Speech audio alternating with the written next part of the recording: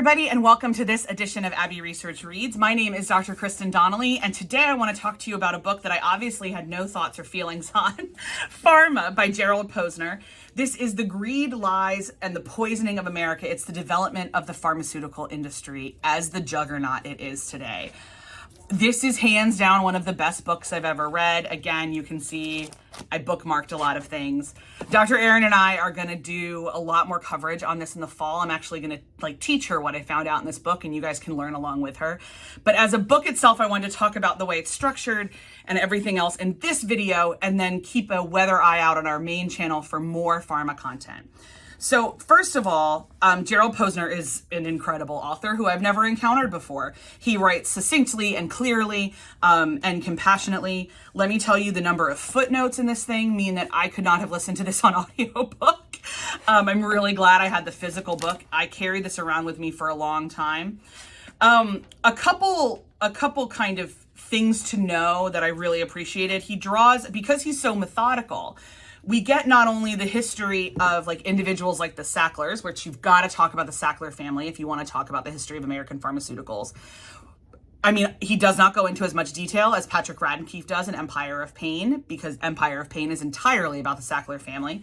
But the way that Gerald kind of weaves them into the overall history is quite helpful. But as somebody, just a few quick takeaways from you. All pharmacology started as a response for painkillers after the Civil War. There was no licensing of anything available until 1900s. Merck, who is one of the big guys now, was the very first to license cocaine, but you didn't need a prescription for drugs. And everybody was just terrified of pain and dying. And so you got a whole lot of snake oil salesmen and people selling things, I don't know, like telling you that swallowing lemon oil will help you cure cancer. We've had that forever. It wasn't until 1905 that we got the first Pure Food and Drug Act, and that's kind of where we get the start of the FDA, which was in fits and starts and has never really done what has set out to do on the tin. There's been tons and tons of congressional panels and oversights and trying to come to grips with this idea that something outside of our body can heal our body. At the same time as the fact that Americans don't know what to do with bodies and purity culture and the judgment that comes with drugs and everything else. Posner tackles it all exceptionally well in this book.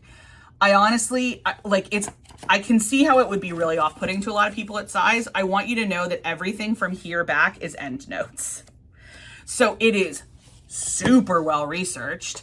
It is, I don't believe in objectivity, but it is as fact-based as you can possibly get. He's very clearly, his agenda in this is to tell you the history of pharma. And you can tell he's frustrated with it, which he should, because when you read the history of pharma, you should be frustrated with the history of pharma. So he does this really well. My other fun tip I'll leave you with before I leave you for this time, and then we'll see you again for further commentary, is that the real turning point in American pharmacology was the invention of penicillin. And if your company was granted a patent or a license to manufacture penicillin, you pretty much are one of the big guys now.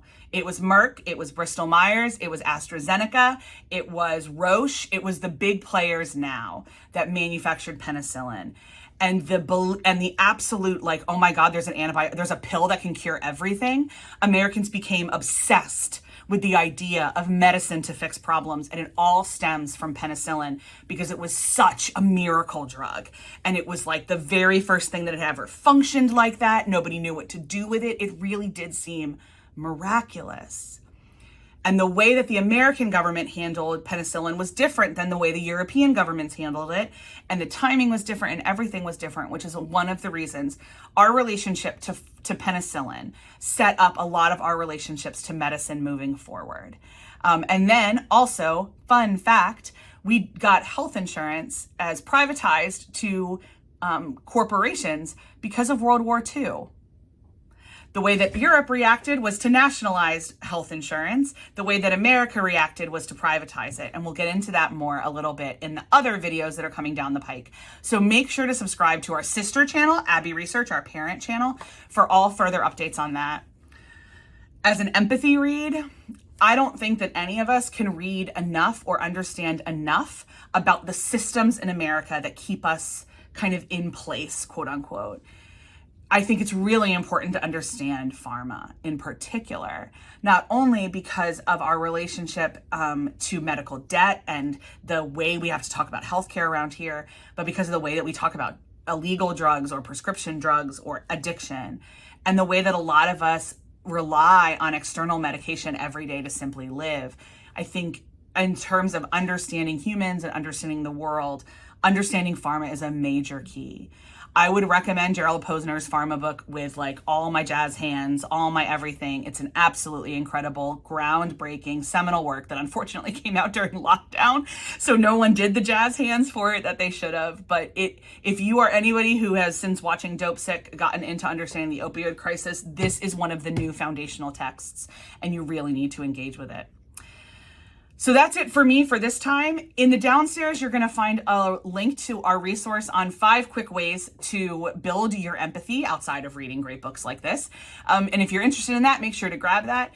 Also, if you liked this video, like, subscribe, etc. If you've got thoughts on the book Pharma or other books about pharmacology and the history of pharma or the opioid epidemic or whatever, leave them in the downstairs. We love chatting with our viewers.